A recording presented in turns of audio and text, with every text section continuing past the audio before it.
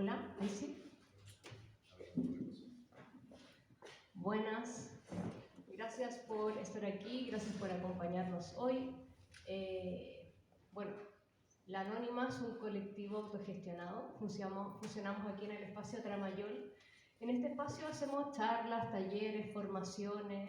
La idea es que la gente pueda participar de estos espacios, que podemos compartir conocimiento. El día de hoy tenemos una charla, una presentación de un libro bastante interesante de Erika. Decidimos hacer esta presentación porque Pablo había conocido a Erika, había comprado su libro, le pareció muy interesante, me lo prestó, yo lo leí y yo dije, me pareció súper interesante porque va muy relacionado a algo en lo que yo estoy trabajando actualmente. Y ahí Pablo me dice, oye, pero ¿por qué no hacer la presentación del libro? Contactamos a Erika, muy bien. Y bueno, resultó en el día de hoy. Así que tenemos a Erika y vamos a escuchar y más o menos ella nos va a presentar respecto a lo que trata su libro y luego yo voy a hacer, digamos, una intervención respecto a mi ámbito. Yo soy psicóloga también, pero también soy sexóloga y vamos a ir más o menos complementando. Voy a complementar un poquito un capítulo en particular de sexualidad que habla Erika.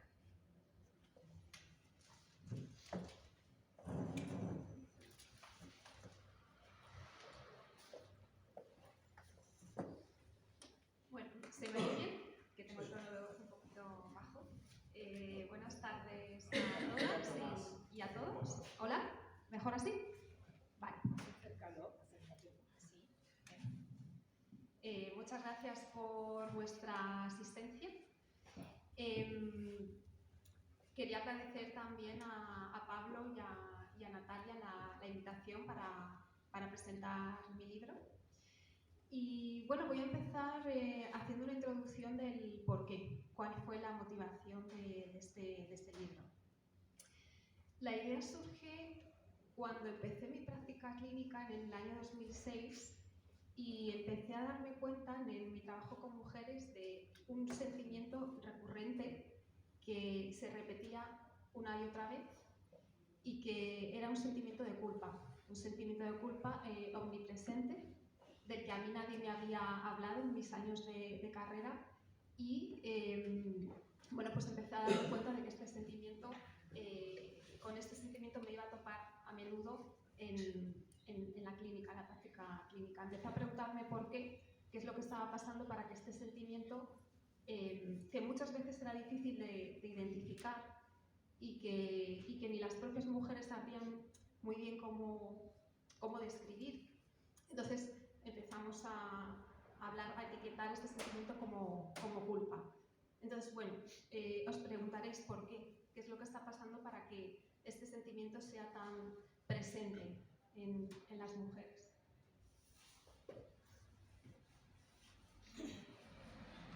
Entonces, el síntoma principal de lo que yo he llamado el síntoma patriarcal es la culpa. Hablo de tres vertientes: una vertiente social, una vertiente, voy a la página siguiente, una vertiente psicológica y una vertiente existencial. Porque este síntoma surge, digamos, en la interrelación de estas tres vertientes. Esta culpa empecé a ver que se interioriza a través de las prácticas educativas en el seno familiar, que es donde ya empiezan digamos, de donde parten las desigualdades de género. Y empecé a ver que este contexto psicológico, que tiene lugar, como digo, en la práctica educativa de la familia, se interioriza a través de prácticas educativas basadas en la culpa, en el miedo a la pérdida del vínculo y en la sumisión, de tal manera que se interioriza en el seno familiar que la mujer buena es la mujer sumisa y obediente, la que calla y no molesta, ¿no? Con esta actitud el yo se anula y queda al servicio de los demás. Empecé a recoger también frases que a menudo oía y se repetían en las intervenciones con mujeres y que pongo ahí en la transferencia, ¿no? Son frases reales que aparecen por primera vez en la consulta cuando expresan, por ejemplo, que siento que no soy dueña de mi vida, que no tengo nada propio, siento que no existo, que no tengo identidad, siento que vivo mi vida en tercera persona. Todos estos son frases reales que se van repitiendo una y otra vez, ¿no? Es muy curioso también verlo en sueños, donde aparecen, por ejemplo, pues ellas mismas con algo en la boca y no pueden hablar, ¿no? U otros sueños en donde pues a lo mejor quieren elevar el tono de voz o quieren decir algo y no pueden, ¿no? Es bastante significativo la interpretación de estos sueños. Entonces, este sentimiento de culpa que hace que interioricen que digamos que su función es el cuidado de los demás y hacerles sentir culpables o egoístas en el momento en el que se fijan en ellas mismas o atienden sus propios deseos, de tal manera que esta patología, por llamarlo de alguna manera, o este síntoma, se ve como una dificultad para establecer los límites entre el yo y el otro, ¿no? Entre la yoidad y la alteridad. Y a menudo nos encontramos con que, por ejemplo, no son capaces de expresar o de identificar su propio deseo, ¿no? A menudo surgen conflictos o dilemas éticos del tipo tengo que priorizarme a mí misma o tengo que priorizar al otro, ¿no? ¿Cómo he de vivir? De manera que hay límites muy difusos entre el yo y el otro, ¿no? Hay lo que se llama una fragilidad yoica, que se traduce fundamentalmente con un conflicto con el propio deseo, ¿no? A menudo me encuentro con que no sabe qué desea, no sé qué quiero en la vida.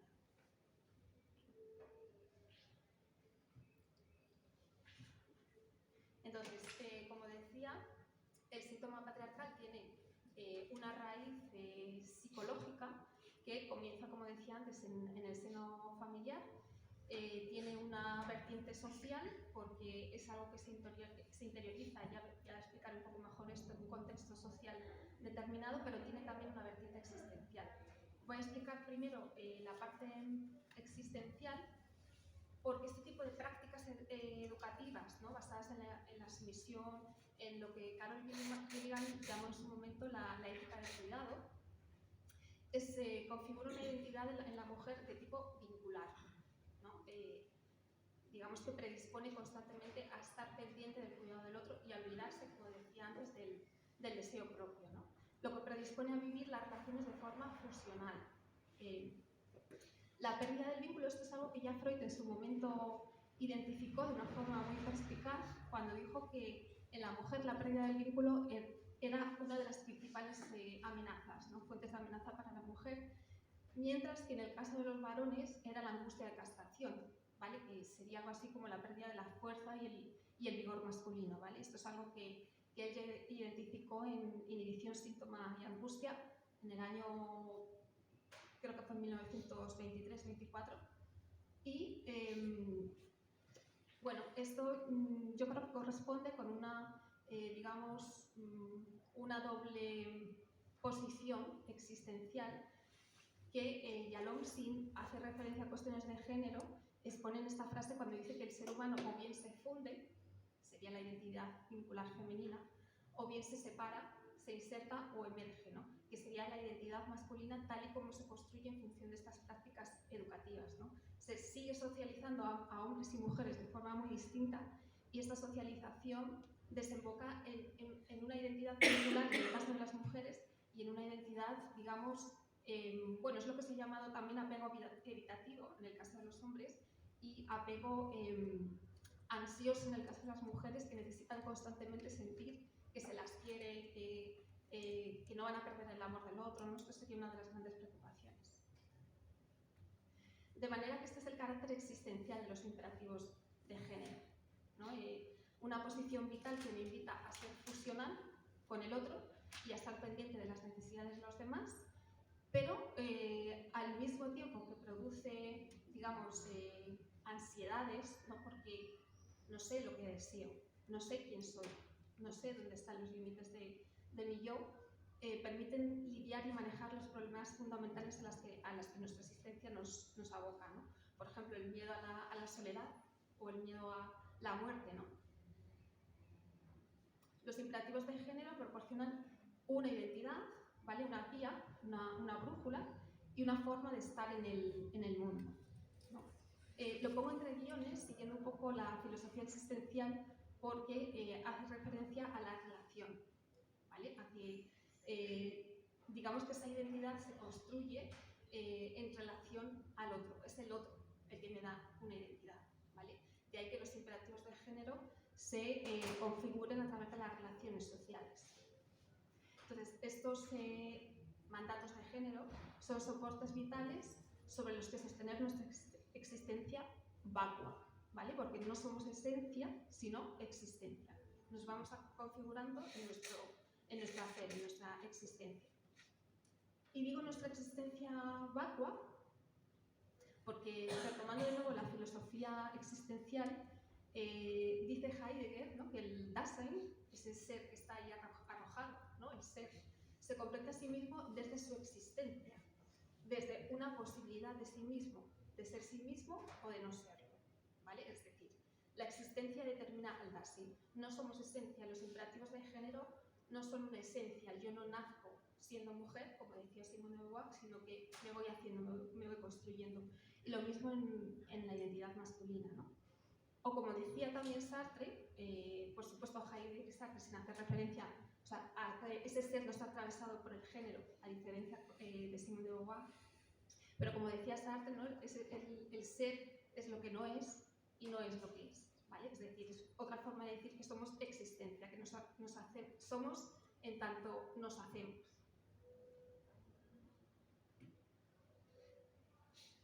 Vale. Luego me centraré un poco más en, esa es la parte existencial, ¿no?, de la función vital que tienen estos imperativos de género, estas identidades de género, y me voy a centrar un poco más en el carácter social del síntoma patriarcal y de estos imperativos de género, ¿no? Porque, como digo, es una identidad que se construye en un contexto social, ¿no? Los imperativos de género, esos roles, el rol fusional, en el caso de la mujer, se asume inconscientemente a través de expectativas sociales, ¿vale?, de un otro. La identidad es un sentimiento que requiere la existencia del otro a través del cual uno se reconoce, ¿vale? Por eso es importante insistir en esta idea, ¿no?, de que no somos esencia, sino que somos existencia. Esta asimilación de la identidad de género es un hábito que se repite a modo de ritual y que, como dice Butler, consigue su efecto a través de su naturalización en el contexto del cuerpo. De nuevo, esta idea, ¿no?, de que nos hacemos en el hacer y que esas identidades quedan tan arraigadas que parece algo biológico, que parece algo natural, ¿no? Es decir, queda inscrito en el cuerpo a través del registro de lo simbólico y, por tanto, es algo ajeno a lo biológico, ¿no? Hay muchas investigaciones al respecto, muchas de ellas sesgadas, ¿no?, que consideran que esas diferencias de género son por cuestiones biológicas, pero todas las investigaciones serias que se han hecho al respecto no han, digamos, extraído ninguna conclusión que demuestre que hay una diferencia biológica entre el cerebro femenino y el cerebro masculino. Entonces, el carácter social del síntoma patriarcal y de los imperativos de género se concreta de la siguiente manera, ¿no? Como digamos que hay un contexto social que nos condiciona y un contexto económico. Por un lado, igual Natalia nos puede hablar un poquito de su experiencia, pero esto es algo que se repite mucho, ¿no? El dilema de las mujeres entre un sistema capitalista, ¿no?, que nos impele a ser competitivas, competentes, resolutivas, autónomas, y sin embargo luego un sistema patriarcal que colisiona y que nos impele a ser todo lo contrario, ¿no? Cuidadoras, complacientes, obedientes, sumisas. Claro, esto es un caldo de cultivo para que emerjan todo tipo de trastornos depresivos, de ansiedad y etc. Y esto no está en las hormonas, no está en lo biológico, ¿vale?, sino que tenemos que hablar del contexto social que nos predispone a los conflictos psicológicos. Entonces, estos valores, ¿no?, por un lado capitalismo, por otro lado patriarcado están en pugna y eso es precisamente el síntoma patriarcal, ¿no? Si me doy a mí, soy egoísta, pero si soy para los otros, me estoy traicionando a mí misma, ¿no? Tensión constante entre el yo y el otro, entre el ser para sí y el ser para el otro. Vale, he incluido esta transparencia un poco considerando la posibilidad de que aquí haya gente profesional, psicólogos o psicólogas, para dar algunas claves, y en el libro también así lo hago, de en qué consiste una psicoterapia en clave de género y además con un corte existencial, ¿no? A mí me parece importante examinar cómo se ha construido la identidad, esa identidad de género, irnos un poco, porque desde mi perspectiva psicoanalítica también lo que hacemos es una reconstrucción biográfica de la persona, ¿no? ¿Qué ha pasado para que la persona le esté pasando o sufra de la manera en que esté sufriendo? Y entender un poco la culpa, ¿no? Cómo ha surgido, de qué manera ha surgido en el contexto familiar, los mandatos de género, cómo se han construido, ¿no? A veces es de forma muy sutil, a veces de una manera más explícita, y es importante incidir en la creación de una ética autógena, ¿vale? Que sean ellas mismas las que se vayan digamos, fortaleciendo un yo con un deseo propio, ¿no? Permaneciendo siempre la terapeuta al margen, no infantilizando, y esto me parece importante porque muchas veces las mujeres vienen con experiencias de relaciones que, bueno, ahora se llaman tóxicas, ¿no? Con hombres a lo mejor que, pues que ejercen algún tipo de violencia sobre ellas, ¿no? Y la primera reacción quizá automática que nos puede surgir es deja a esta persona, pero yo creo que es importante mantenernos al margen, no condicionarlas y a través de preguntas que vayan siendo ellas mismas las que vayan tomando conciencia de que ese tipo de relación quizá no sea conveniente para ellas, ¿no? Que no vayamos directamente a censurar, ¿no? La importancia también de la perspectiva existencial, como decía, que no nos quedemos solo en que sean conscientes de que hay un contexto social detrás de su padecer psicológico, sino que eso yo creo que alivia mucho, libera mucho de la culpa, sino también introducir un poco una perspectiva existencial que las haga también responsables, ¿no? Porque al final las mujeres terminamos reproduciendo nosotras mismas la desigualdad sin darnos cuenta, ¿no? Esta perspectiva existencial, digamos que nos ayuda un poco a asumir que la angustia forma parte del proceso, ¿no? Que no estamos exentas de esa angustia en el momento en el que pues nos vamos haciendo responsables de nuestra existencia, ¿no? Es muy importante también enseñar a conectar a estas mujeres consigo mismas, con la rabia, que es fundamental. Siempre digo que la rabia es el mejor antídoto en contra de la culpa, ¿no? Hay que permitir que saquen esta rabia que no han sido capaces de expresar, porque ya desde niñas se les ha censurado, ¿no? este sentimiento y se les ha hecho sentir egoístas por ello, y fundamental aprender a escucharse, ¿no? Quitando siempre ruidos externos, porque vienen con mensajes, con un discurso muy centrado en mi marido piensa, mi pareja piensa, mi familia piensa, bueno, ¿y tú qué piensas en todo esto? Y desculpabilizar, ¿no? Y ir entendiendo que vivir para una misma no es ser egoísta, ser permisivas con la agresividad, ¿no? con esa rabia que probablemente surja, ¿no? Una rabia contenida y reprimida, ¿no? Después de años de prácticas educativas basadas en la sumisión y la obediencia. Y bueno, también algo que incide en el libro, que es bastante común, que a medida que avanza el proceso de terapia empiezan a tener problemas de pareja, sobre todo si esa pareja pues digamos es recelosa con respecto a la independencia y la libertad de la mujer, ¿no? Como esto también es algo que se repite, los problemas de pareja cuando el proceso de terapia de una mujer está muy avanzado, porque eso significa que está siendo capaz de asumirse a sí misma y de fortalecer su yo. Y para terminar, que quería ser breve, para dejar paso a las preguntas, quería terminar mi intervención haciendo un llamamiento a la revisión y cuestionamiento de estos mandatos de género que nos hacen enfermar, entre comillas, de manera diferencial a hombres y mujeres, ¿vale? Porque me he centrado muy brevemente manera el patriarcado afecta a las mujeres, pero los hombres no están exentos del patriarcado, ¿no? De los efectos también tan nefastos que tiene, ¿no? Sobre los hombres, y que ambos interiorizamos y reproducimos de forma totalmente inconsciente. Es importante que entendamos que cuando hablamos de una mujer que sufre porque sacrifica su existencia para los demás, no es bondad, sino sumisión, que la mayor parte de los trastornos psicológicos, aunque es cierto que no todos, están atravesados por mandatos de género, y el patriarcado, como decía, no solo afecta a las mujeres, generando un conflicto con su propio deseo, sino también a los hombres, generándoles conflictos con sus propias emociones y sentimientos.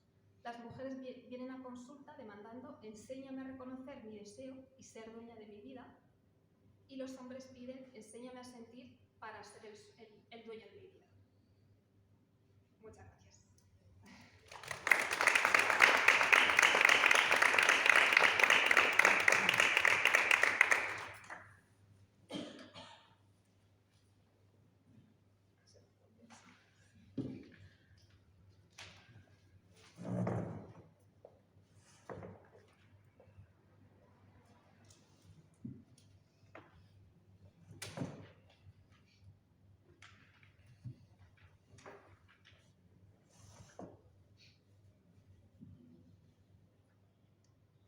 Bueno, yo leí el libro y dije, wow, como que esto es algo que veo en terapia con mis pacientes también, y en la sexualidad esto se refleja muy bien, o sea, tanto como las dinámicas cotidianas de las mujeres o de sus parejas, en conversaciones, también eso, pero también se refleja en la vida sexual. Bueno, yo trabajo con mujeres, y específicamente esto me hacía bastante sentido con mujeres que sufren vulvodinia, vaginismo, bajo deseo sexual. Bueno, como dice Erika, el malestar psicológico, este malestar, el síntoma patriarcal, viene en el fondo de las vertientes social, psicológica y existencial. La sexualidad en el fondo se va adquiriendo, y uno le va dando significado a la propia sexualidad a través de los estereotipos que uno va aprendiendo, las creencias, la crianza, la educación sexual que se recibe tanto en el colegio como en casa, si es que se recibe, las relaciones interpersonales, cuando uno habla con las amigas o los amigos respecto a esto, y las propias experiencias de vida que también van teniendo las mujeres en particular, muchas veces que han sido víctimas de abuso, etc. Y bueno, mucha de la explicación de las disfunciones sexuales tiene que ver justamente, como mencionaba Erika en el capítulo que le dedica a la sexualidad, las mujeres utilizan el sexo como una forma de estar al servicio del otro, en vez de, en el fondo, vivir el sexo como un espacio en donde quizás comparto con mi pareja y también disfruto yo y qué sé yo, como que es algo, no, volcado hacia el otro. Y bueno, eso es algo que también se refleja bastante bien como en las películas porno. O sea, las películas porno es una dinámica de sexo oral, no sé qué, hombre eyacula, fin de la película. Orgasmo de la mujer, no aparece. La mujer excitada le tocan el codo y ella, y no, o sea, eso no es así, y la película en el fondo refleja todo también, como se vuelca la mujer siempre hacia la satisfacción masculina. Entonces, ¿qué pasa? Que el deseo ahí de la mujer, ¿dónde queda? No existe, está en el fondo supeditado al deseo masculino. Su deseo no le pertenece, como dice Erika. ¿Y qué pasa? Hay una sensación de las mujeres, como cuando se está en esta dinámica, una falsa sensación de poder y control cuando sienten de que pueden provocar el deseo del otro. Y también esto como que se me viene a la cabeza como actualmente esta sensación, yo me cuestiono, no sé qué pensarán ustedes, pero está muy de moda esto de OnlyFans. como yo me empodero a través de mi cuerpo y, bueno, pero tú haces OnlyFans y tienes esta plataforma y vives así tu sexualidad, porque estás siguiendo realmente tu deseo o en el fondo estás buscando de alguna manera como esta validación, este ser reconocida a través de ver que tú despiertas el deseo en el otro. ¿Pero es realmente ese tu deseo? Como que creo que podríamos encontrar muchas dinámicas que podemos identificar en la vida cotidiana si empezamos a observar. Bueno, ¿y esto cómo se ve en consulta específicamente? Llegan las mujeres y dicen, es que yo no sé lo que me gusta, es que yo no sé lo que me excita.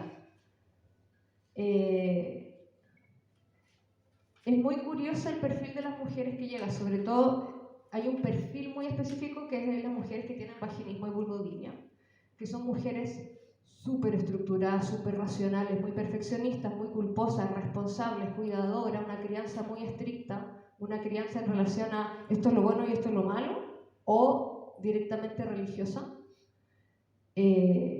Mujeres en el fondo que siempre tratan de hacer lo mejor posible, no fallar en nada y no fallarle en verdad a los demás, ¿ah? Como hacer lo que se espera de ellas. Y son niñas que desde muy pequeñas se les enseña a no tocarse, por supuesto. La masturbación es algo que no va, o sea, es algo sucio. Quizás los niños es como algo gracioso. Cuando un niño se masturba o se toca, es como, ah, mira, se está tocando, jaja. Pero cuando una niña se toca, la reacción no es igual. Bueno, y las niñas también, aparte de que se les enseña desde muy pequeña a no tocarse, también no pueden interactuar con su cuerpo como a ellas les gustaría. O sea, hay niñas de que les gustaría subirse arriba de los árboles, les gusta mucho correr, ponerse de cabeza, pero desde niña también se les dice, no, como tú eres buena niña, si te van a ver las bragas, no sé, etc. Y también se les limita mucho respecto a su propio movimiento corporal. Bueno, y si no conocen su cuerpo, están desconectadas de él y por lo tanto, si estás desconectada de tu cuerpo, te cuesta sentir placer porque tu cuerpo es como que no es tuyo, sino que pasa a ser algo de lo que los demás también pueden opinar. No solamente si eres delgado, qué sé yo, que eso también pasa mucho, sino como si te puedes mover o no te puedes mover, si te puedes tocar o no te puedes tocar. Entonces, no se puede desear aquello que no he sentido y que no conozco. Si es que uno se pregunta, ¿y de dónde viene el bajo deseo sexual? Es que, ¿qué va a desear aquella mujer que no ha sentido placer y que no ha tenido un acceso a su cuerpo? Hay mujeres que no se han masturbado nunca, hay mujeres que se sienten mal al tocar su vulva, que nunca han tenido orgasmo. Hay mujeres que incluso sienten asco al tocar su propia vulva, que les da vergüenza y que les da también asco que su pareja lo haga, porque siempre se les enseñó que es algo sucio, hablando esto de mujeres de 20, 30 y 40 años. Dentro de la terapia que hacemos, porque yo trabajo para una clínica sexológica, no solamente está la terapia psicológica, sino que se complementa muchas veces con ejercicios kinesiológicos, como una manera también de aprender a relacionarte nuevamente con tu cuerpo, a mirarte, a tocarte.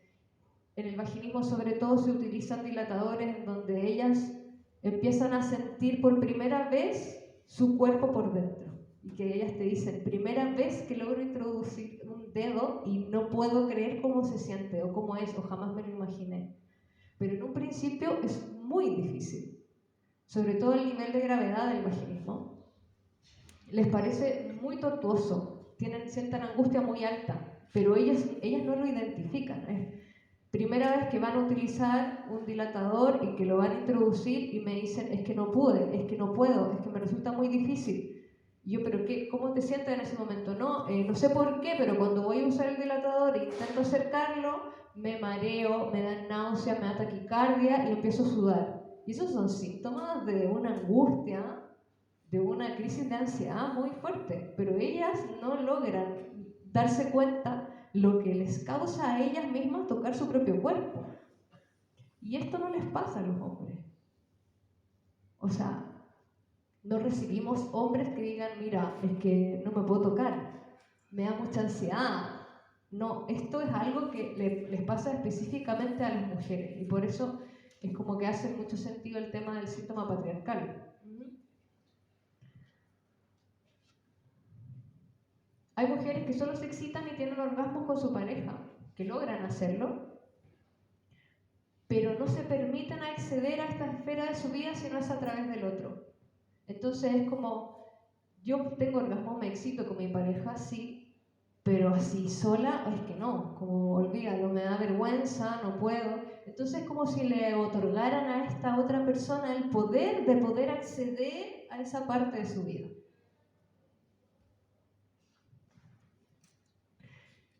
Pueden pasarlo bien con la pareja, excitarse y tener orgasmo, pero si resulta de que no logran tener penetración, para ella su sexualidad completa, su vida sexual es un fracaso. Y es algo en el fondo que también uno va conversando porque es algo que tiene que ver mucho con el coitocentrismo. Es esta idea de que las relaciones sexuales es solamente el coito y ya está. Lo demás es juego previo. O no es directamente. Bueno, y en las relaciones sexuales la mujer muy también no volcada en el fondo en la propia sensación en el propio cuerpo, sino muy mental y muy preocupada todo el tiempo del otro. Que qué necesita el otro, que quizás no lo estoy haciendo bien, que si le estará gustando, que quizás me veo gorda, que no sé qué. Y no pensando o ni siquiera pensando, sino sintiendo, porque en verdad cuando uno tiene relaciones uno no piensa, es más sentir.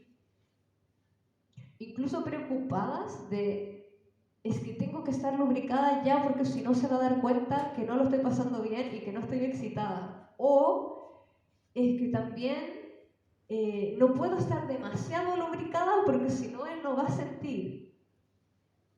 Cuando en verdad este mecanismo es justamente algo que la mujer necesita para evitar daños, para justamente sentir placer, etc. Es así como en terapia se trabaja mucho como el volver al cuerpo, utilizar técnicas como el mindfulness, de que puedan conectar con sus sentidos, algo que también les cuesta bastante darse tiempo para sí mismas. Y bueno, el hombre siempre ha sido como dueño del terreno del sexo. El sexo es como un territorio masculino, en donde se espera que el hombre sea el activo, y muchas mujeres sienten de que él me tiene que hacer llegar al orgasmo. Y hombres que también asumen eso, que yo tengo que hacerla llegar al orgasmo. Y como dice Erika, es ahí donde uno se da cuenta también que el patriarcado obviamente también afecta a los hombres, mucho más a las mujeres, pero en el fondo los hombres también sufren de esto y también llegan a tener disfunciones sexuales por lo mismo. Entonces, la mujer deposita su capacidad de sentir placer en el otro, le entrega este poder y se desliga de esa responsabilidad de conocer su propio cuerpo y poder darse su propio placer. Hay muchos relatos de parejas, hombres, que dicen, es que tenemos relaciones sexuales y ella se tira en la cama y se queda tirada mirando el techo como si estuviera muerta o a veces con los ojos cerrados y espera que yo haga todo. O sea, y eso no me gusta, porque yo también quiero que ella interactúe, yo quiero que de hecho ella me diga lo que le gusta o qué sé yo, pero no puedo llegar a ella. Y es ahí, claro, se presentan emociones que bloquean mucho como para poder tener esas conversaciones. Y bueno, todo este mecanismo tiene sus consecuencias. Las mujeres en algún momento, en un primer momento, dicen, bueno, estoy dando respuesta a lo que se espera de mí, me están reconociendo, yo complazco a los demás, pero llega un minuto también en que surge esta parte de ellas y surge su deseo y dice, pero, ¿y yo? ¿Y mi placer? Y yo no me quiero tener un orgasmo. Y ahí se cuestionan y surge también esta sensación de incoherencia, de deslealtad y traición consigo misma, la rabia, el autoabandono. Esto no tiene que ver solamente con lo que las mujeres deciden hacer, sino que obviamente en la vida sexual también tiene que ver mucho el desempeño de los hombres en ese sentido, que ellos sean capaces de conectar, de ser empáticos, de preocuparse por lo que quiere la compañera, etc. Y bueno, sobre todo aquellos hombres que están desconectados de esto, de ser empáticos y escuchar a su compañera y que se quejan de por qué su pareja no tiene deseo sexual, uno les dice, es que para que una mujer desee sexo, tiene que haber un sexo que valga la pena desear, porque si no vale la pena, o sea, ¿por qué vas a querer tener sexo?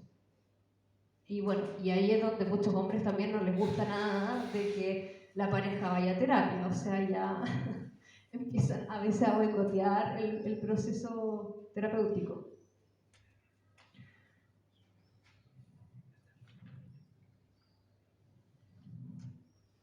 Bueno, y el sexo para muchas mujeres, sobre todo para el vaginismo, que es donde hay una mayor dificultad como para llegar a la penetración, otra cosa que me hizo mucho sentido de lo que escribió Erika en ese capítulo es que muchas mujeres asocian el sexo directamente con algo, con la aniquilación del yo, con una anulación, con directamente una amenaza de muerte.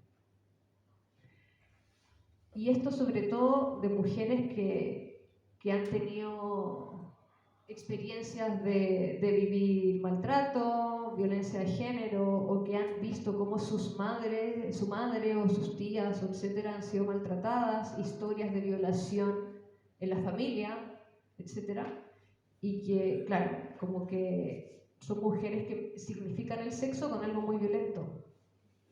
De hecho, frases de pacientes, yo siempre he visto el sexo como algo violento. Siempre he sentido que en la penetración algo de mí se va a romper. Cuando era niña no me gustaba ser mujer. Cuando me llegó la regla me puse a llorar porque significaba que ya era una mujer. O sea, ya sabía todo lo que se le venía encima, digamos. O sea, ya sabía de que iba a vivir lo que iba a vivir su madre y las mujeres de la familia. Y bueno, y estas frases surgen de mujeres que comienzan a sentir la resistencia a renunciar a sí mismas. Es como esa parte de ellas mismas que dicen, yo me resisto a tener que ser complaciente y tener que renunciar a mí misma, y hay algo ahí que se muestra. Otra cosa que había mencionado Erika, esto de, bueno, el choque del capitalismo y el patriarcado. Hay una tensión entre el yo y el otro. Y como que se ha dado algo interesante a nivel como de cómo se vive la sexualidad últimamente. Bueno, hace pocos años que ha surgido esto del satisfier, la importancia del placer de la mujer, en que en redes sociales se habla más de este tema, porque no es algo que se hable hace muchos años, hace muy poco. Y de pronto hay una nueva existencia en nuestra vida, como mujeres. Ser mujeres empoderadas de nuestra sexualidad surge también como algo que debemos ser.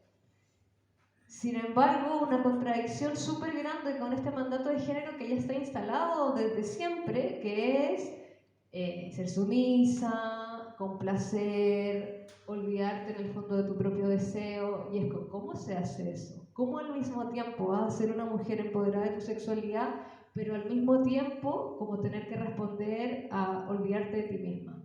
Y son esos choques que causan en el fondo como mucha angustia, porque es como ¿a qué respondo?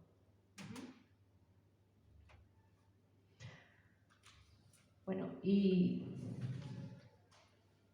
todo esto sí se puede hacer algo al respecto, para que no sea algo como tan pesimista, porque justamente como en terapia sexológica, psicológica, son cosas que uno puede ir resignificando con las pacientes, son cosas en donde ellas tienen espacio para hablar algo que tampoco realmente hablan con nadie, y se hace un trabajo en relación al cuerpo, a cómo ellas reconocen dinámicas con la pareja, a trabajar ciertas heridas de infancia, a poder resignificar qué es la sexualidad para ellas en la vida, etc. Y de alguna manera es un espacio en donde se puede ayudar a estas mujeres a poder vivir las cosas de otra manera. Eso sería.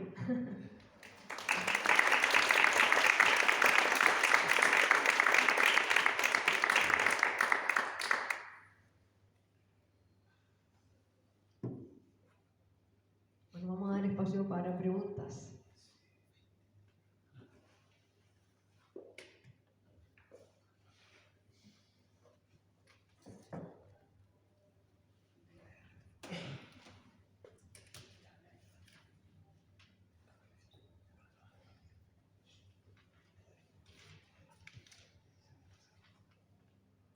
¿Alguien por ahí?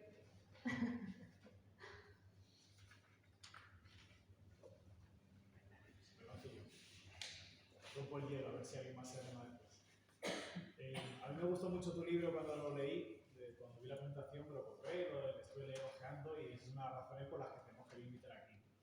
Y yo al leerlo y ver estas vertientes, ¿no? Cómo relacionan las tres vertientes entre ellas, ¿no? Y cómo se interseccionan. A mí me gustaría un poco saber cuál es tu opinión a raíz de los movimientos feministas de los últimos tiempos, de las últimas décadas, ¿no? O sea, cómo esto ha impactado o ha influido en la forma en la que las mujeres, en tu práctica clínica o en tu experiencia compartida con colegas, cómo las mujeres han transformado el deseo o se está transformando el deseo desde una perspectiva política, ¿no? O sea, el deseo sexual como un elemento político a desarrollar, ¿no? Este mensaje que se utiliza en los movimientos feministas, ¿no? de libre y combativa, ¿no?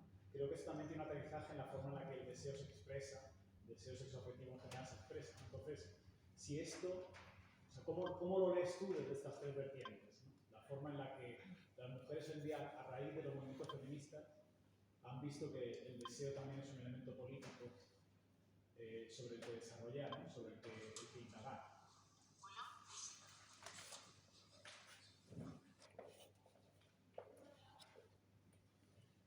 Voy a intentar responder. Digamos que el síndrome patriarcal en realidad es una buena noticia porque hay conflicto. Si hay conflicto, quiere decir que hay posibilidad de cambio.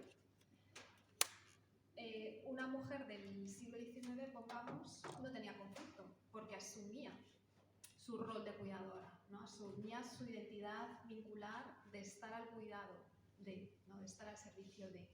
Pero hoy ya las mujeres empiezan a dejar atrás ese modelo, se empieza a superar, pero están un poco vagando sin rumbo porque no hay referentes femeninos, los hay, pero quizá no lo suficientes como para hacer ese cambio, ese salto al vacío que tienen que dar, ¿no? Entonces, en ese sentido, digo, el síntoma patriarcal es algo positivo en la medida en que está suponiendo una compulsión en la subjetividad de las mujeres, en tanto se dan cuenta de que ese deseo, de que su deseo ha estado muy sometido al otro. Entonces, al darse cuenta de esto, entran como una especie de, bueno, sí, de conflicto, ¿no? En el que no han dejado atrás del todo o quieren dejar atrás los viejos patrones, ¿no? De estar al servicio de, pero todavía no han llegado a hacer la transformación completa, ¿no? Entonces, en ese sentido, el deseo está un poco a caballo entre lo viejo, ¿no? Entre la mujer sumisa que adopta su rol de cuidadora tradicional y lo nuevo, ¿no? Entonces, todavía no ha surgido un deseo autógeno, un deseo propio, un deseo genuino, y se va un poco en busca de a ver dónde estoy yo, ¿no? ¿Dónde me coloco en el mundo? ¿Vale? Entonces, en ese sentido, el deseo o la subjetividad femenina se está transformando, pero no está exenta de conflicto, no está exento de angustia, ¿vale? Y esa angustia es precisamente lo que yo describo como síntoma patriarcal. ¿Te he respondido? ¿Sí? ¿Más o menos? Sí, sí. Si no, repregunta.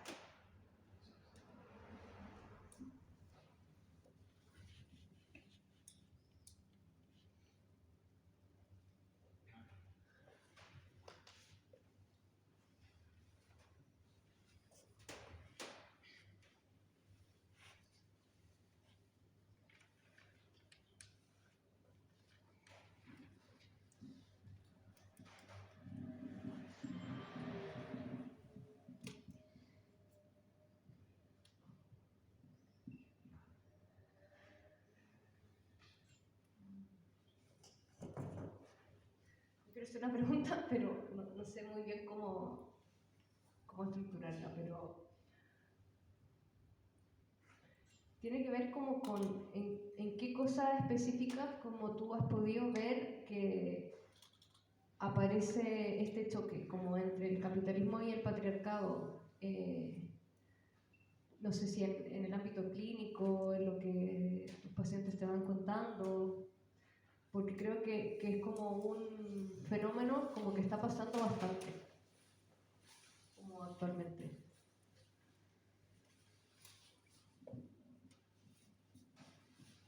Sí, se puede sacar el micro de la peana si queréis pasearlo menos.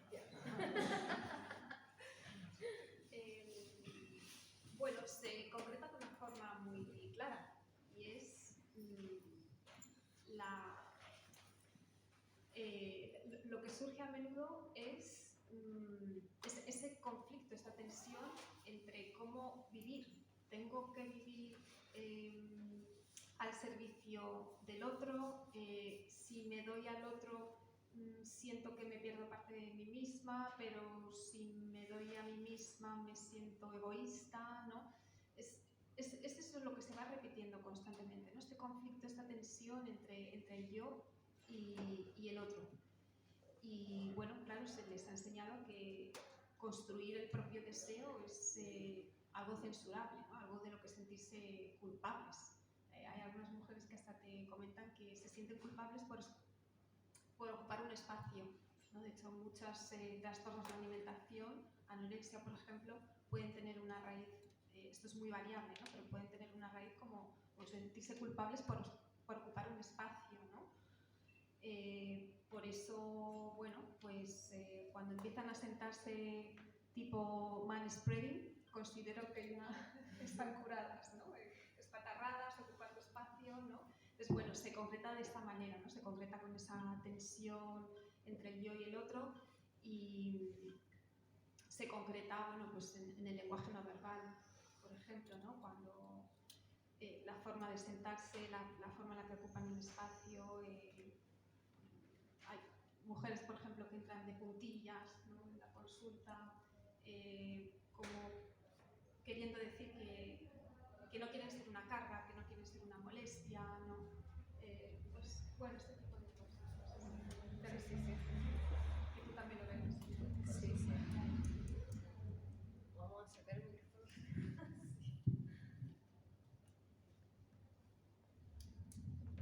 Yo tengo una pregunta. Sí. Habéis establecido el sistema capitalista y el sistema patriarcal que confluyen y una serie de categorías para cada uno. ¿Aplicado a los hombres, cómo sería? Eso Perdón, es no se ha oído bien, ¿podéis repetirlas? Sí, que cómo se concretan los hombres las tres vertientes, ¿no? O si hay... Cuando el sistema capitalista y el sistema patriarcal confluyen, ¿no? ¿Lo has oído? Y habéis establecido para el sistema capitalista una serie de categorías y para el sistema patriarcal otra serie de categorías que se contraponen. Eso con respecto a las mujeres. Mi pregunta es, con respecto a los hombres, ¿eso cómo sería? Porque los hombres también sufren violencia patriarcal. Sí, Digo, ¿verdad? sí. De otra manera diferente, pero sí que lo padecen. Bueno, esto es digno de otro libro. Yo lo llevo pensando desde hace tiempo y creo que lo voy a hacer. Quizá... ¿Las categorías cómo serían? Sí. A ver, en este sentido hay una parte que sería igual, ¿no? La necesidad de ser competitivo, de demostrar autonomía, independencia. En las relaciones hay una tendencia, por ejemplo, a mostrar lo que en psicología se llama un apego evitativo, es decir, una tendencia a relacionarme evitando implicarme emocionalmente demasiado, ¿no? Se concreta también en una dificultad para identificar lo que sienten, para expresar emociones. Hay una gran dificultad para expresar emociones, de tal manera que si antes hacía referencia a la dificultad que tienen las mujeres para responder a tú qué deseas, los hombres se pierden cuando les preguntas qué sientes. no saben responder, ¿no? Entonces se concreta de esta manera, en una dificultad incluso para sentir, ¿no? Hay veces que parece que no tienen sensibilidad o que nada les conmueve, nada les hace llorar. Se concreta de esta manera. Esto en cuanto al patriarcado, ¿no?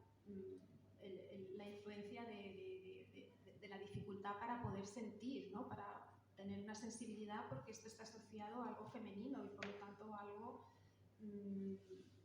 no sé, despreciable, ¿no? Esto de tener emociones entra en conflicto con el hombre varonil, independiente, autónomo, que parece que no tiene sensibilidad, ¿no? Entonces es muy duro estar constantemente manteniendo una imagen de macho, ¿no? De hombre independiente, autónomo, y eso también es caldo de cultivo para trastornos psicológicos, pero de otro tipo, ¿no? Yo, por ejemplo, aquí identifico más trastornos de personalidad en el caso de los hombres de tipo esquizoide, que tiene que ver con una dificultad para vincularse con los demás, ¿no?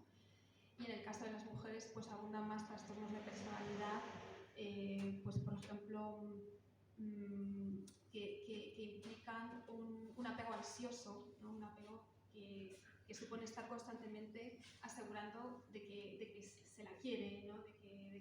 de que se la aprecia, ¿no? Sin embargo, esto en el hombre, por la socialización, no se da tanto, no es tan frecuente. Entonces, bueno, se concretaría un poco de esta manera, si respondo a tu pregunta.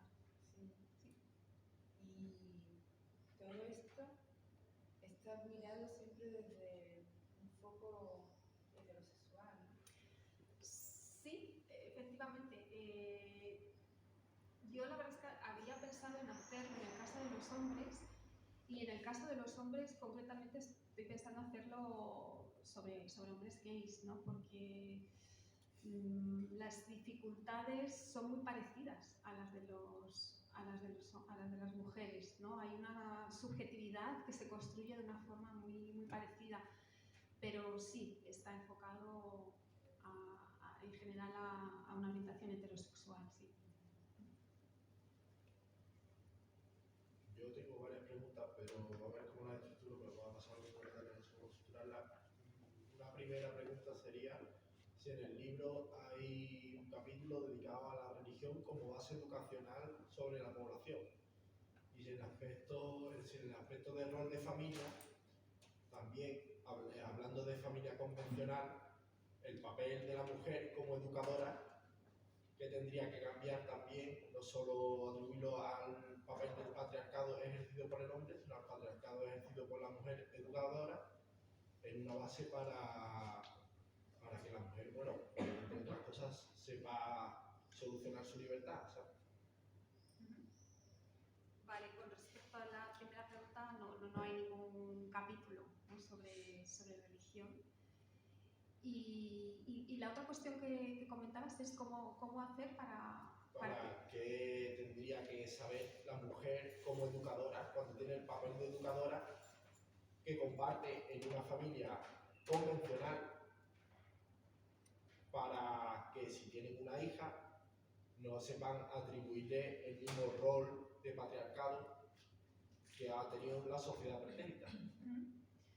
Bueno, lo mismo que los hombres, ¿no? En ese sentido, lo mismo que un padre, pero sí, quizá que el referente femenino sea más importante, porque, claro, no es lo mismo tener un referente femenino independiente, autónomo, que tiene una vida más allá del cuidado de los hijos, pues eso es importante. O sea, no es solo lo que tú transmites oralmente, sino qué posición tienes ante el mundo. Si tienes una posición que supone estar al cuidado únicamente de los hijos, o que tu misión es simplemente educar a los hijos, pues estás dando un mensaje, ¿no? Que aunque luego tú oralmente le transmitas una cosa distinta, ¿no? De ser independiente, ser autónoma, pero en realidad tú como madre no estás haciendo esa función, pues quizá no le llegue realmente ese mensaje, ¿no? Por lo tanto, yo creo que, respondiendo un poco a tu pregunta, el hecho de que la mujer pueda tener una vida que no se limite solo al cuidado de los demás, ¿no? y al sacrificio y a la abnegación. Creo que en ese sentido el referente femenino es fundamental, ¿no? No sé si quieres.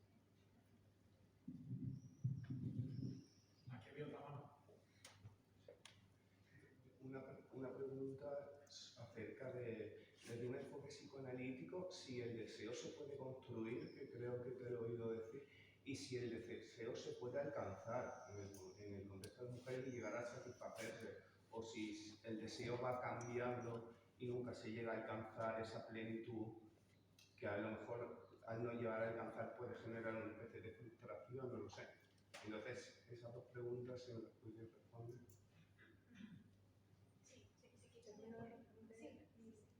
Termino de responder a Carlos y respondemos a esa pregunta. Bueno, como se necesita, en el fondo, en esa familia para criar a esa niña que mencionas, como una mujer que justamente sepa poner límites, que tenga más claro qué es lo que ella desea, que se pueda priorizar.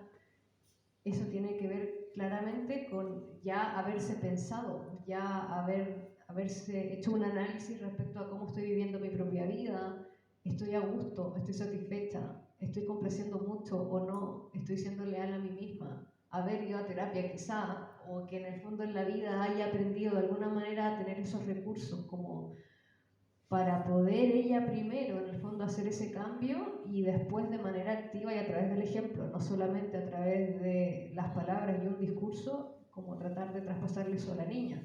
Y por supuesto, como no solamente es el papel de la mujer, ni tampoco en el fondo culpa del padre, porque esto no se trata en el fondo como de machacar a los hombres acá, sino lo ideal obviamente es que sea una familia en donde los padres ambos compartan esta idea, en donde quieren criar hijas que sean dueñas de su propia vida, de su cuerpo, de lo que quieran hacer, y para eso tú tenés que tener una crianza compartida, que te parezca bien de que tu pareja y tú se dividan cosas por igual, que tengan la misma, que se involucren ambos en la crianza emocional, educacional, escuchar, conversar, que no sea solo la mujer, que se implique en la crianza de lo emocional, de escuchar al niño, que el hombre también deje este papel de ser el hombre, que en el fondo en eso nos influye el patriarcado y el capitalismo, como es ser este hombre productivo, exitoso, no apegado a las emociones, porque las emociones te hacen no producir tanto y te desconcentran, entonces como lo emocional de manera más superficial, porque eso es un ámbito de las mujeres, nosotros nos preocupamos de lo práctico, y que en el fondo también a ellos los termina desconectando de lo que sienten y poder entenderse a sí mismos. Respondo a la pregunta del deseo. A ver, el deseo es algo construido, es algo que se va construyendo, ¿no? Y que se va construyendo a través de, en sus raíces, el contexto familiar, ¿no? La familia es el principal agente socializador, ¿no? De las desigualdades de género, y a partir de ahí se va vehiculando el deseo. De tal manera que queda registrado. Todo esto se va interiorizando y queda grabado en el inconsciente, ¿no? Por eso, en ese sentido, digamos, transformar ese deseo es una tarea muy ardua, porque muchas veces ese deseo, y lo ha comentado también Natalia anteriormente en su exposición, está supeditado al deseo del otro. Es decir, yo deseo en tanto soy deseada. No se ha creado un espacio para yo ser dueña y agente de mi propio deseo, ¿no? Sino que el deseo está supuestado. Y esto es a base de mucha terapia, de ir señalando, ¿no? De qué manera este sujeto es un primer paso, ¿no? Es ser consciente de que, es que mi deseo está condicionado por el deseo del otro, ¿no? Deseo en tanto soy deseada. Esa toma de conciencia es un primer paso para empezar a apropiarse del deseo, ¿no? Pero claro, se necesita, no es algo fácil, ¿no? Porque está muy arraigado, ¿no? Sobre todo cuando ese deseo está conectado con, digamos, con una especie de masoquismo, ¿no? Incluso muchas veces, ¿no? Ese deseo está tan al servicio del otro que incluso hasta me hago daño a mí misma, ¿no?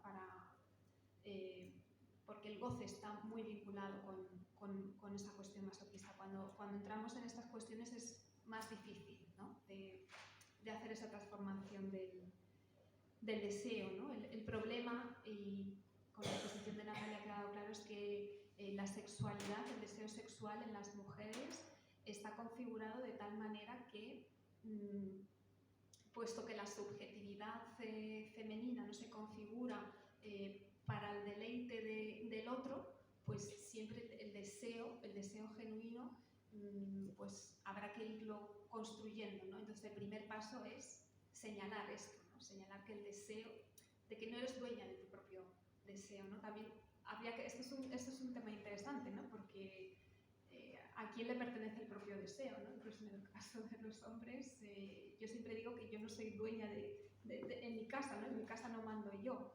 Pero bueno, que de alguna manera se puede ir transformando de tal manera que se vayan dando cuenta de que el deseo está muy al servicio del otro y de que creen un espacio para su propio disfrute.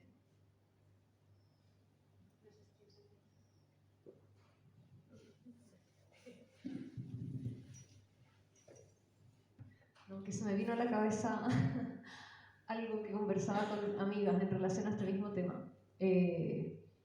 Cómo siendo muy jóvenes, en la adolescencia quizás, me contaba una amiga que los primeros novios que tuvo nunca le gustaron. Y dice, pero ¿cómo no te gustaron tus novios? Entonces, ¿por qué estabas con ellos? Y me decía, es que ellos me buscaron a mí y como yo les gusté, entonces como que yo pensé que tenía que ser mi novio porque yo le gusté, entonces como yo le gusté, él me empezó a gustar, pero en verdad después me di cuenta de que no me gustaba en realidad, como que me gustaba que yo le gustara a él. Entonces eso es como un ejemplo muy concreto de cómo ahí tú dices, pero es que entonces no era mi deseo. En verdad ahora me voy a fijar en alguien que realmente me cause un atractivo, no solamente que me busque, sino que tiene que haber algo más, que realmente sea algo más genuino de mí.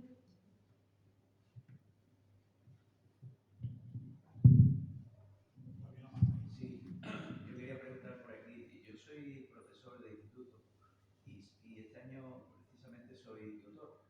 Entonces se nos plantea una dificultad importante a los profesores a la hora de enseñarle a los alumnos cuestiones relacionadas con la sexualidad, que tenemos poco espacio, poco tiempo y que, bueno, pues en realidad no somos especialistas, ¿no? Y no sé cómo veis vosotros la situación, cómo podría ocurrir que desde los estamentos educativos, sobre todo yo creo que sería muy importante en este tiempo de la adolescencia, ¿no? Intervenir sobre la educación de los chavales para que tuvieran conceptos como los que habéis expuesto hoy vosotras aquí más presentes, ¿no? Porque la verdad que el contacto con ellos se ve como incluso una regresión en el concepto sexual y igualitario, ¿no? Y de respeto. Y no sé de qué manera vosotros veis el futuro, cómo se podría mejorar esa situación y si acaso qué consejo podríais darle al profesor para cómo abordar esto y no sentir también la presión a veces que sentimos de las familias, porque también tienen un miedo a veces de hablar en tutorías de estas cuestiones. Yo trato de ser valiente y lo hago, pero a veces uno también tiene ahí como la espada de Damocles de que te puede llamar cualquier padre o cualquier madre y decirte, oye, ¿qué le estás contando a mi niño?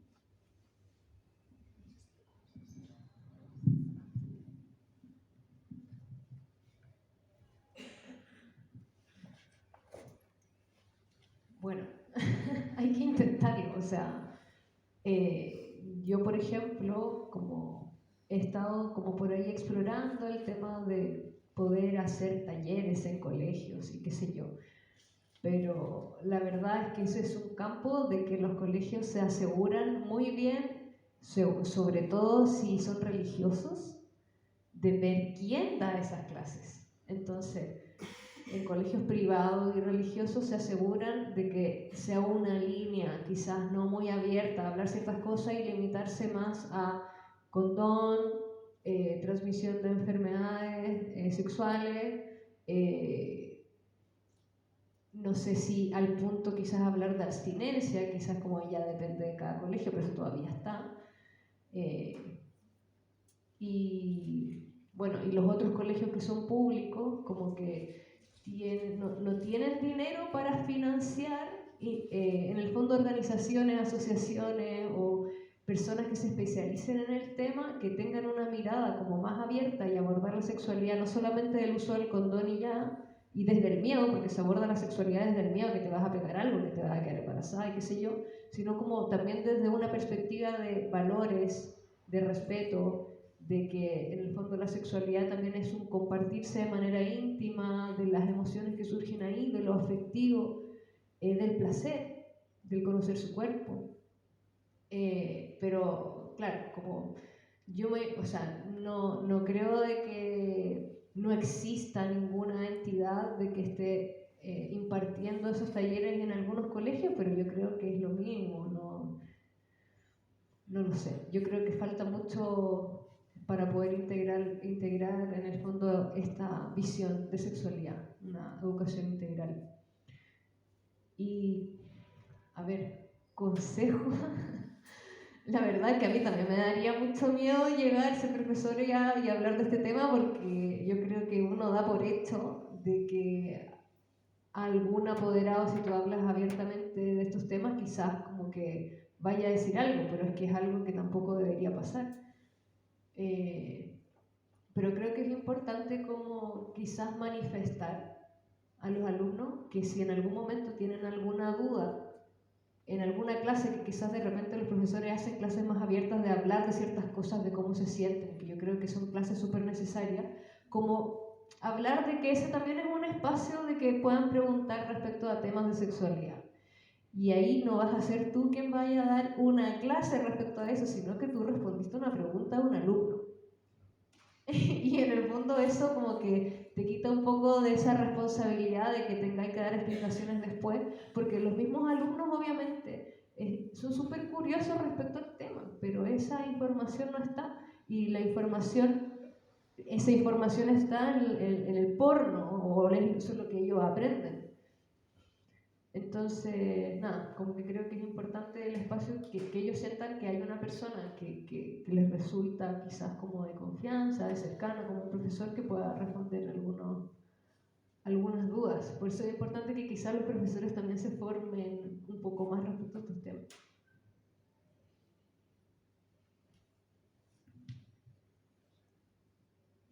Yo era, bueno, como soy también compañero docente, si me permites, bueno, la primera pregunta, yo creo que un poco en la línea de Natalia, es si estás en la pública o en la privada. Pues entonces yo creo que tenemos muchas más cosas a favor, es decir, ¿no? Porque en la privada siempre tienes la espada de Damocles de que cuando termina junio pues te llamen para decirte que no te renuevan el contrato por cualquier cosa, pero en la pública, que por fortuna pues estás por unos criterios objetivos, ¿no? Ya sea en la lista de interinos o con tu plaza de funcionario, yo creo que en según qué materias sí que tenemos margen de maniobra, ¿no? En mi caso, por ejemplo, soy docente de filosofía, ¿no? Entonces, filosofía, por ejemplo, el primero de bachillerato, hay un tema que es naturaleza y cultura, y yo lo ejemplifico en la relación entre sexo y género. Y a partir de ahí es que se abre todo un campo. O sea, y me tiro dos semanas a lo mejor hablando de todas estas cuestiones, ¿no? Del sexo, de la intersexualidad, no sé, del género, del patriarcado, del feminismo, incluso del sistema patriarcal, etc., ¿no? Psicología en segundo de bachillerato, que es una optativa, 3/4 de lo mismo, también te da mucha posibilidad. Pero biología también. O sea, por ejemplo, ¿no? En la ESO yo cuando tengo algún problemilla, porque claro, al bachillerato ya hay un cierto filtro, ¿no? Llegan ya gente con más madurez personal y en fin, hay muchos que no llegan a bachillerato, ¿no? Entonces, en segundo, tercero de la ESO, incluso cuarto, te encuentras mucho esa época del gallito adolescente, que son fans acérrimos de los neomachistas, youtubers como Roma Gallardo y esta gente, ¿no? Y que además arrasan, ¿no? Entre ese público adolescente. Y es cierto que la solución debería ser estructural, es decir, debería ser una asignatura o de alguna manera que fuera obligatoria para todo el mundo, ¿no? Y bueno, no sé, yo creo que, por ejemplo, claro, nosotros nos han dejado a valores éticos, ¿no? Que es una asignatura de 1 hora se ha quedado en segundo de la ESO. Y ahí tenemos que hacerles feministas, demócratas, constitucionalistas y no sé cuántas cosas más por arte de magia, o sea, en sin un paripé, ¿no? Pero ya digo, incluso, por ejemplo, yo les digo, pero vamos a ver, cuando me vienen con cosas homófobas, y bueno, ya la transfobia, o sea, es que hablar de transexualidad para algunas, o sea, ni les entra, ¿no? Pero yo les digo, pero vamos a ver, ¿esto no lo habéis dado en biología? ¿Pero no habéis visto en biología documentales sobre la homosexualidad animal? ¿Pero qué dices, profe? ¿No has tenido un perro o un gato en tu vida? ¿Que tú no has visto que se montan en cualquier cosa? ¿Que no distinguen o qué? ¿No? Entonces, y les pones un documental y entonces de repente, pues fíjate, es lo normal, igual que normal que la heterosexualidad, la homosexualidad, pues tal, no sé qué. No sé, quiero decir que creo que hay también, si uno quiere, distintas estrategias, ¿no? Y en la pública o sea, después de haber estado en la privada, ¿no? Pues me siento, la verdad, bastante seguro de que me puede venir cualquier persona o padre o lo que sea a decir, pero mira, es que yo estoy enseñando mi materia, bueno, con los ejemplos que me parecen más didácticos y relevantes para el mundo actual. Y ya está. Es que a partir de ahí, ¿no? Hay una cierta libertad de cátedra, mientras tú no hagas cosas demasiado extremas. Estas cosas deberían ser normales, ¿no? Y se trata yo también de normalizarlas y de no regular tengo la percepción de que los padres el ahora son más parental y estas cosas. intervencionistas que hace 20 años, por ejemplo, que intervienen más sobre la educación de su hijo, incluso la pública. A veces te llega un mensaje interno de oye, ¿qué estás dando tú? Incluso propios compañeros también te llegan, el propio instituto, te dicen, oye, me han dicho que estás tratando esto y tal. O sea que sí, yo también lo trato yo soy profesor de lengua y literatura y trato también transversalmente de introducir pues, el lenguaje inclusivo, también trato pues, la desigualdad que ha habido históricamente entre escritores y escritoras y todo esto, ¿no? Pero claro, a veces es complicado meter la sexualidad directamente cuando también está exigido por un temario que te pide que lo termine, que tal. Entonces yo creo que debería tener más peso, vamos, lo preguntaba por eso, porque hubiera una asignatura quizás que tuviera durante toda la educación secundaria o algo parecido, porque creo que es una cuestión bastante importante dentro del desarrollo del ser humano. Por ponerte un ejemplo, ahora en la Comunidad de Madrid una asignatura que se llama proyecto para tercero de la ESO, que según las materias, en la nuestra en filosofía es proyecto en convivencia y derechos humanos. Y yo he visto el percal, también la he centrado en este asunto, porque es que me ha tocado un grupillo de tercero que, bueno, que son precisamente muy fans de estos youtubers y tal y cual, ¿no?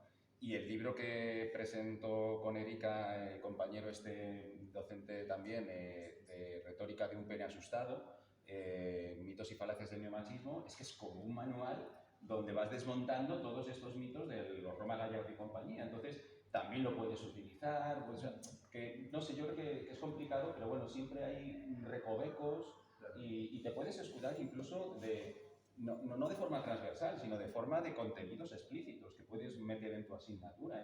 Es que, claro, depende de la asignatura. Claro, yo te puedo hablar de la mía y sé que en biología también hay un margen muy obvio de maniobra, ¿no? Y claro, pero ya eso cada cual. Claro, gracias. ¿Alguna otra pregunta? Lo primero que muchas gracias por de verdad que es súper interesante. Y he visto que has dicho que has identificado como un patrón en que el afecto equitativo se suele asociar más a hombre y el apego ansioso a mujer. ¿Has identificado también patrones del estilo en una relación, la forma en la que se manifiesta el amor, o sea, los actos de amor, por ejemplo, que sea más asociado los actos de servicio a una parte u otra o algo así? Vamos, por curiosidad. ¿Los actos de servicio te refieres a una actitud? Claro que al manifestar. Llevarte desayuno a la cama, llevarte en coche a algún lado, como acto de servicio, como un acto de amor. Como el lenguaje verbal. Ya. Sí, bueno, sí, eso generalmente está asociado a un patrón más femenino, tradicionalmente femenino, ¿no? Esas actitudes serviles, de abnegación, las que el yo queda totalmente diluido en el otro, se identifican más con las mujeres, claro. Lo que no significa que no se dé este patrón también en hombres, porque este patrón me lo he encontrado y, como decía antes también, quizá más específicamente en casos de hombres homosexuales, ¿vale? Pero generalmente se asocia más a un patrón más femenino. ¿Ibas a decir algo más? No, y sí. Otro tipo de manifestación o de acto, de demostrar de esta persona me gusta, entonces voy a demostrarle que me gusta de tal manera. No sé si si has podido identificar algún otro patrón como el que hemos hablado del acto de Lo que decía el marido me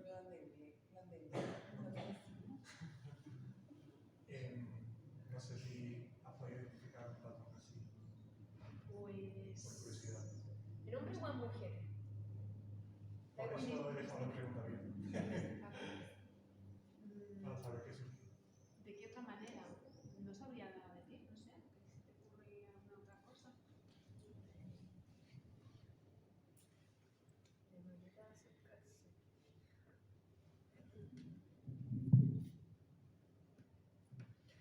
O sea, por ejemplo, como de manera de acercarse, como de ligar y todo, como que en general siempre eso se ha asociado esta manera más activa de acercarse a los hombres, como de ir y hacer cumplidos y invitar a salir y sacar a bailar y etcétera. Y la mujer como algo más como, incluso como algo que también que he ido leyendo en el fondo y que aparecen en algunos estudios, esta sensación de que aunque uno quiera irse, o aunque a ti te guste tal tipo, como que se espera que la mujer sea pasiva ante eso, porque si no es vista como fácil, como regalada, como sea. Por lo tanto, tienes que respetar el mandato de género, el estereotipo. Tú tienes que quedarte ahí tranquilita hasta que él venga y cuando ya te diga 1, 2, 3 veces, ahí hacerte rogar un poquito y ahí... Claramente eso igual es algo que hoy en día se está rompiendo un poco y ya no se sigue tan al pie de la letra, pero es algo que todavía está instaurado, digamos.